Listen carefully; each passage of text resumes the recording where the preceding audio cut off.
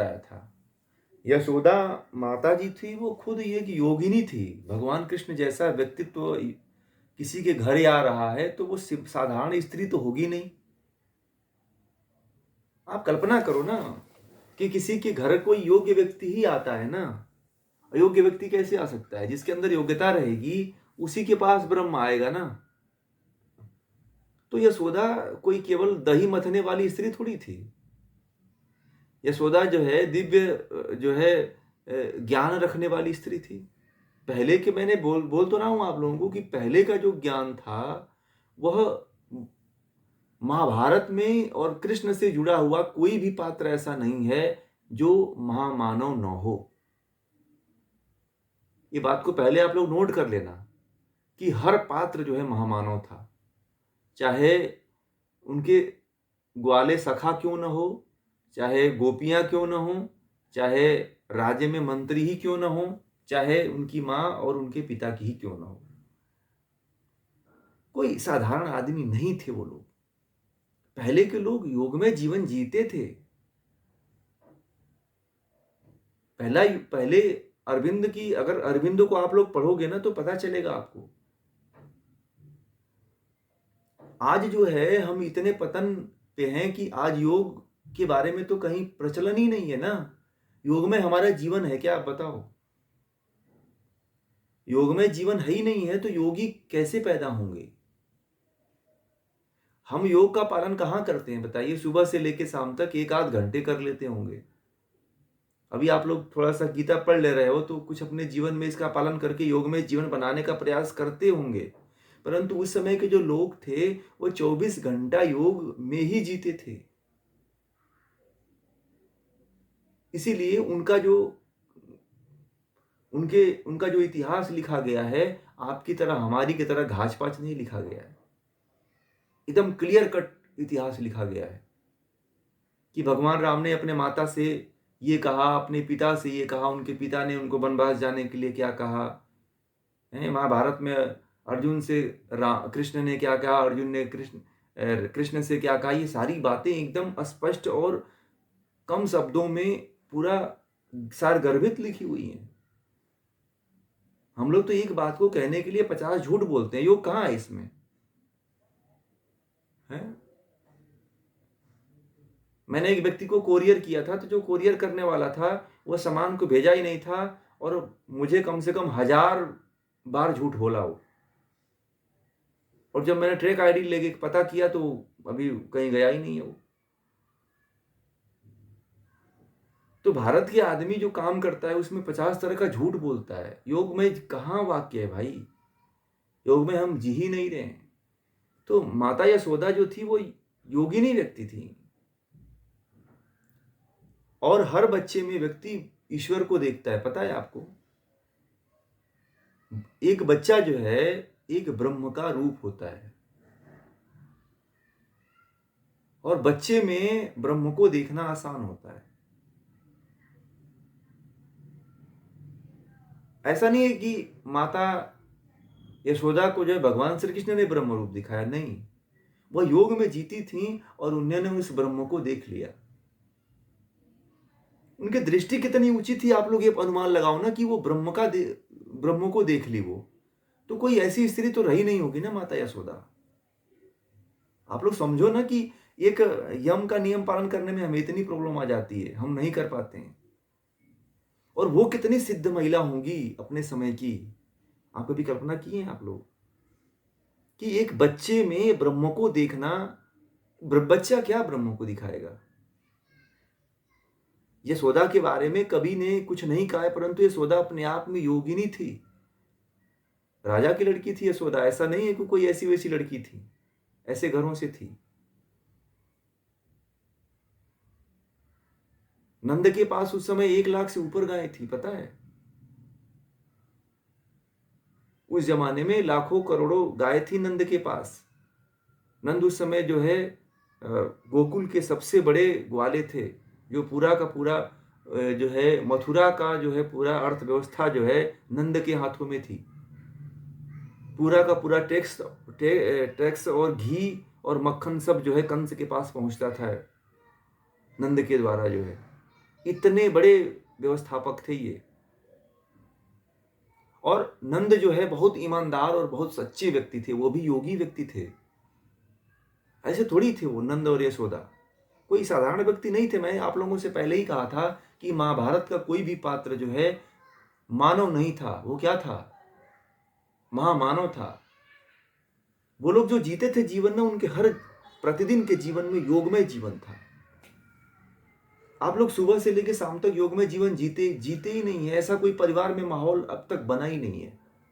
मैंने देखा ही नहीं कि कोई परिवार योगमय जीवन जीता है। राजा दशरथ का परिवार जो था योगमय जीवन जीता था। एक वचन के लिए जो है अपने बच्चे को वनवास भेजना, ये योगमय जीवन है कि नहीं है? बताइए। आप लोग अपने बच्चे को ऐसा करोगे, स्टेटमेंट बदल दोगे? आप बदल दोगे? नहीं बदल दोगे? अपना तुरंत बदल दोगे। परंतु उस समय के लोग ऐसे थे कि प्राण जाय पर वचन न जाई, रघुकुल रीत सदा चली आई, प्राण जाय पर वचन न जाई। ये योग होता है। घर घर में योग था।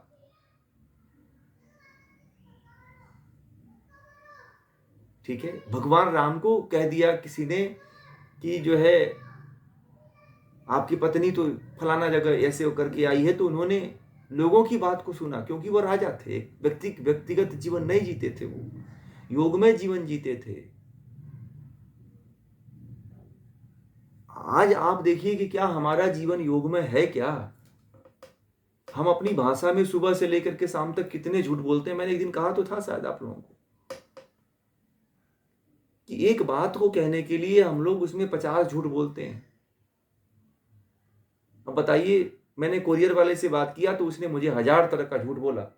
जिन मित्र को मैंने भेजा था राजस्थान में, वो बोल रहे थे कि भारत के लोग भाई साहब ऐसे ही हैं। भ्रष्टाचार, झूठ बोलना ही भ्रष्टाचार है। भ्रष्टाचार पैसे का लेन देन वाला नहीं है। झूठ बोलना सबसे बड़ा भ्रष्टाचार है, और भ्रष्टाचार यहीं से शुरू होता है। एक झूठ को व्यक्ति छिपाने के लिए 1000 तरह का झूठ बोलता है।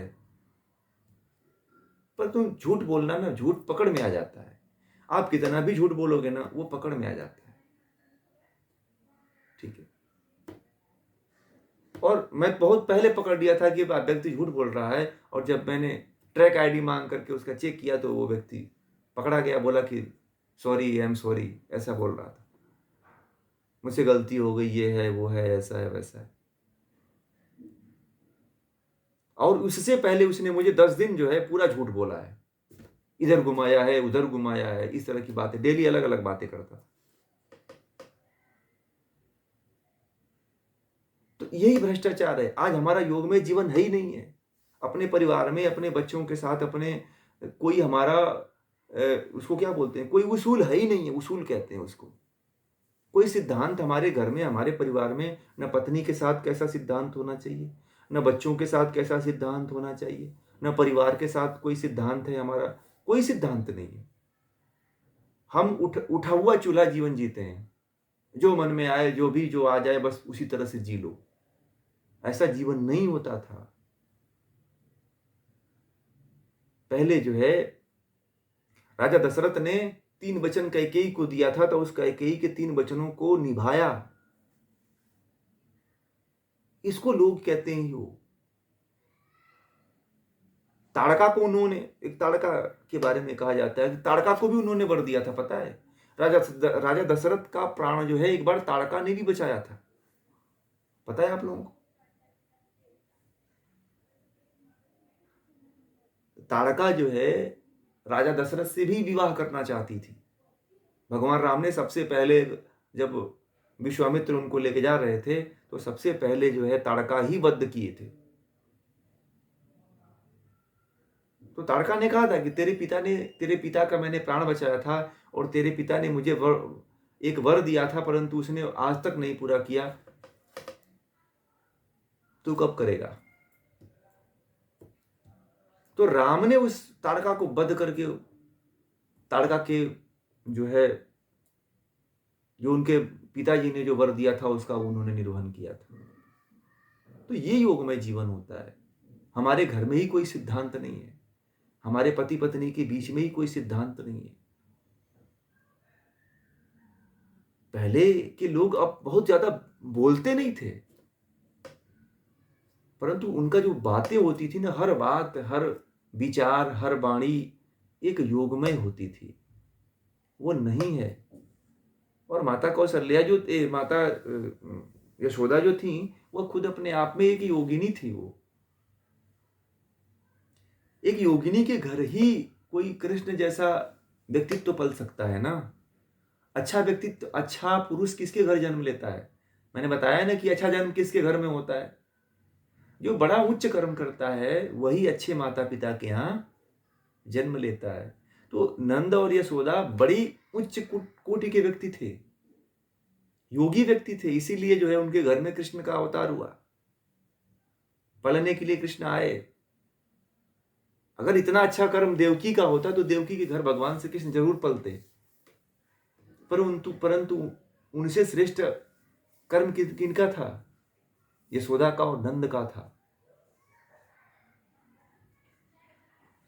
आज सुबह से लेकर के शाम तक हम असत्य बोलते हैं, अहिंसा करते हैं, चोरी करते हैं। एक पता आपको बता दें कि एक माता जी हैं, वो नौकरी करती थी। उनकी उम्र 76 साल हो गई है, 77-78 साल। और उनको आज भी जो है पेंशन जो है 60,000 रुपये आती है, ठीक है। परंतु मैं संयोग से किसी व्यक्ति ने मुझे वहाँ उनसे मिलने के लिए कहा, बोला कि इनके पास इतना पैसा है, परंतु ये उस पैसे को 1 रुपया उस पैसे में से खर्च नहीं करती, ठीक है। और जो उनके मोबाइल में मैसेज आया था, वो बता रहा था कि इनके पास अभी जो है 98 लाख रुपया है। तो और 1 रुपये जो है वो खर्च नहीं करती हैं, न निकालने देती हैं, न किसी को। उनके परिवार वालों ने बताया ऐसा। और वह जो है झूठ बोलती हैं कि मेरे पास नहीं है पैसा, ये है, वैसा है। जैसा पहले जीवन जी करके आई हैं वो, वैसे ही जीवन जीती हैं, सबके सामने यही बोलती हैं। और सबसे माँगने के और सरकारी व्यवस्था का आनंद लेती हैं। सरकार जो है हमें राशन क्यों नहीं देती है, सरकार हमें अनाज क्यों नहीं देती है। उनके पास इतना पैसा है, परंतु फिर भी वो सरकार के भरोसे बैठी हुई हैं, सरकारी योजनाओं का लाभ लेना चाहती हैं। वो जिसका 60,000 पेंशन आता है, कोई नौकरी पे रही होगी, मैंने पता ज़्यादा नहीं करने का प्रयास किया। तो आज भी वो उसी जीवन में जीना चाहती हैं, जिस जीवन में पहले जीती थी। तो जिसको ज्ञान होगा वह व्यक्ति बदलेगा ना। मानव से महामानव की तरफ आप जाने का प्रण तो पहले लें कि मैं अपने जीवन में जो है तुले नपे तुले हुए वाक्यों का ही प्रयोग करूंगा। आपको नहीं पता है कि आप दिन भर में जितना बोलते हो, क्या वो फालतू जाता है क्या? आपको नहीं पता है कि वो फालतू नहीं जाता है, वो भी रिकॉर्ड होता है। आप जो बोल देते हो, जिसकी कामना कर देते हो, उसका तो आपको उसका पूर्ण तो करना पड़ेगा आपको। इसीलिए पहले के जो लोग थे बड़े कम और गिने हुए तुले हुए शब्दों का ही चयन करते थे। कबीरदास जी ने ऐसे नहीं कह दिया कि क्या बोलते हैं उसको, याद नहीं आ रहा है वो श्लोका की दोहा की, ऐसी बाणी बोलिए मन का आपा खोए, औरन को शीतल करे आपो शीतल होए। तो बाणी का प्रयोग ऐसे करो आप। क्यों कहा गया? संतों ने ऐसे ही थोड़ी कह दिया कि जो आप बाणी बोलते हो ना, तौल करके बोला करो। ऐसे ही मत निकाल दिया करो कुछ भी, अंड बंड गाली बकवास, उल्टा सीधा,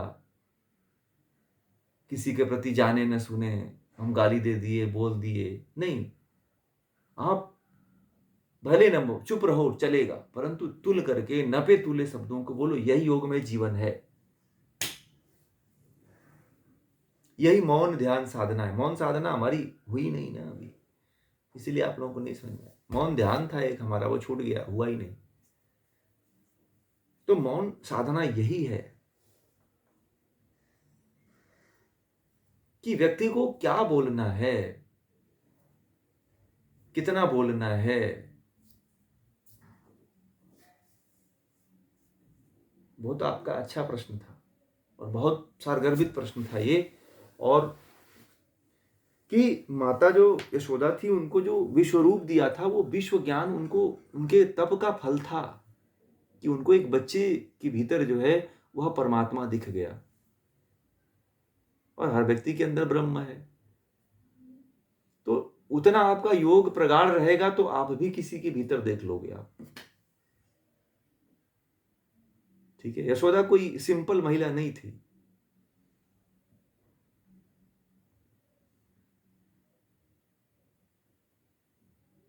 इसलिए योग में जीवन जिए और देखना आपके जीवन में कभी ना कभी सहज समाधि लग ही जाती है।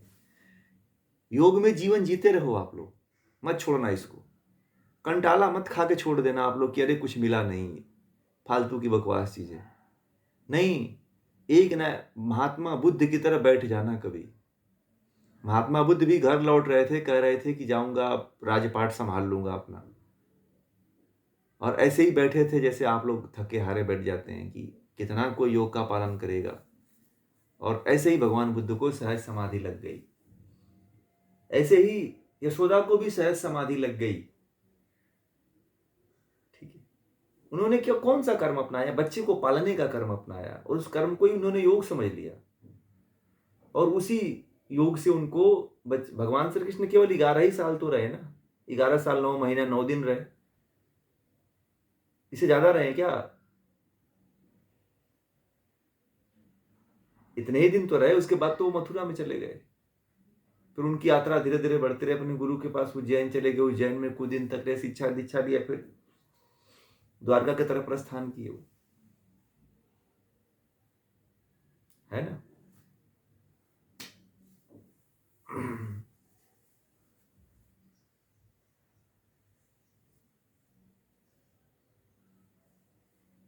वो उसमें बहुत सी झूठ बातें हैं, ये रास और माखन चोरी सब झूठ है ये। ठीक है, आप लोग वास्तविक ग्रंथ पढ़िए, वो सब बेकार बातें लिखी हुई हैं। रास रचाना, माखन चोरी करना, ये सब करना, वो करना, बकवास बातें लिखी हुई हैं। राधा से ये है तो फलाना है, मैं तो बता चुका हूं उसके बारे में। राधा से लोग जोड़ के देखते हैं, गोपियों से जोड़ के देखते हैं। नंद राजा थे भाई, नंद ऐसे कोई व्यक्ति थोड़ी थे। नंद जो है राजा थे, और राजा से तो राजा के हर एक पदार्थ से उनकी जो प्रजा है वो प्रेम करती ही करती है। समझ रहे हैं आप लोग?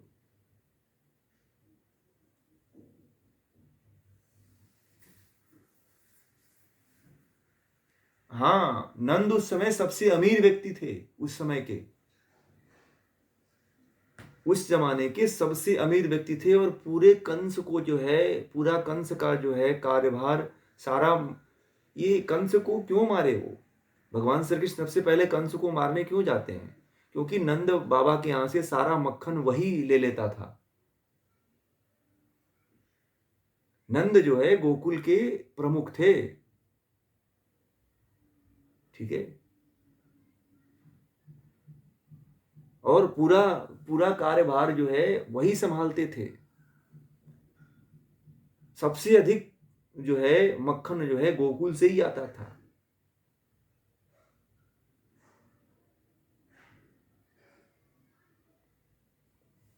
पहले जो है धन जो है गाय हुआ करती थी। हमारा देश जब तक गाय का सेवा करता रहा तब तक विश्व गुरु था। इसलिए तो मैं कहता हूं कि हर व्यक्ति को गाय पालना चाहिए। गाय की सेवा हर व्यक्ति को करना चाहिए जीवन में। एक अवसर जरूर ढूंढो आप लोग।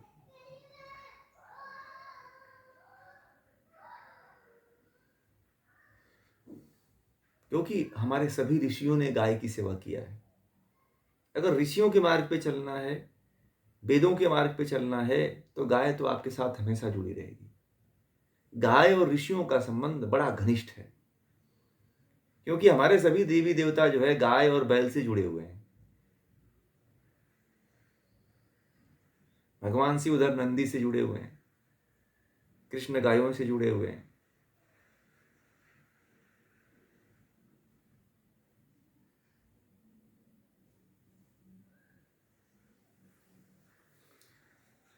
योग को अपने जीवन में अपना करके योगी बनना बहुत जरूरी है, क्योंकि योगी बन करके ही आप ब्रह्म तक पहुंच सकते हैं। बड़ा आसान है योगी बन करके ब्रह्म तक पहुंचना, और कोई मार्ग को आप चुनोगे ना तो नहीं पहुंच पाओगे, क्योंकि बड़ी बड़ी बाधाएं आएंगी। आप सन्यासी बन जाओगे तो भी एक जगह बंद करके रह जाओगे, आप घर से भाग जाते हो तो भी कुछ नहीं कर पाओगे आप। इसलिए योगी बन करके, संसार में रह करके, परिवार में रह करके आप सब कुछ प्राप्त कर सकते हो। योगी जो बनता है वो भगोड़ा नहीं होता है, ठीक है। परिवार नहीं छोड़ता है, घर नहीं छोड़ के भागता है, संसार में रहते हुए योग को प्राप्त हो जाता है। जिसके पास ज्ञान नहीं रहेगा वो कभी घर छोड़ के भागेगा ही नहीं। हमारा पूरा वेद जो है, कहीं वेदों में नहीं लिखा हुआ है कि घर छोड़ के भाग जाओ। ये बाद की परंपराएं जो शुरू हुई हैं कि आपको अध्यात्म में जाओगे तो केवल घर से भाग करके ही अध्यात्म प्राप्त करोगे, ये पता नहीं कहां से कब चला आया। ये क्या भगवान श्री कृष्ण इतने बड़े आध्यात्मिक व्यक्ति थे, घर छोड़ के भाग गए थे क्या? आप लोग बताओ, खुद आप लोग मंथन करो। ये कोई मैं नया ज्ञान नहीं बता रहा हूं, ये सनातन ज्ञान है जो आप लोग भी जानते हो। या भगवान राम घर छोड़ के भाग गए? बताओ आप लोग।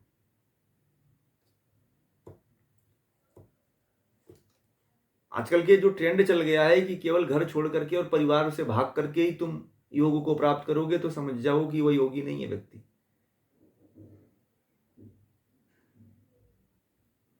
संसार, हमारे जितने ऋषि मुनि रहे हैं वो संसार में रह करके ज्ञानी हुए हैं। हाँ, तप करो। आप परिवार को बोल दो, भाई हम तप करने जा रहे हैं, हम तप कर रहे हैं, आप हमारी में कोई व्यवधान मत करो। कोई व्यवधान नहीं करेगा आपको, क्योंकि आपके परिवार को पता है कि ये तप कर रहे हैं, साधना कर रहे हैं, तो हम उसमें व्यवधान कोई नहीं करेंगे। तो इसमें शादी विवाह कैसे बाधा हो सकती है बताइए? जब भगवान श्री कृष्ण के जीवन में ये बाधा नहीं हुआ तो आप लोगों के जीवन में कैसे बाधा हो सकता है? लोग समझते हैं कि मैं तो गृहस्थ हो गया तो आध्यात्मिक हो ही नहीं सकता हूं। ये तो साधु सन्यासियों की बात है। ये भी हम लोगों को उल्टा ज्ञान बताया गया है, मूर्खता वाला ज्ञान सिखाया गया है। आपके साथ ये बहुत बड़ा धोखा हुआ है कि आप गृहस्थ हो गए हो तो ब्रह्म को नहीं प्राप्त कर सकते हो। हम जिस ब्रह्म की और देवताओं की बात करते हैं वो सभी हमारे देवता गण जो है, सभी भगवान लोग हमारे सब गृहस्थ ही थे, फिर भी बहुत बड़े बड़े योगी हुए और ब्रह्म ज्ञानी हुए।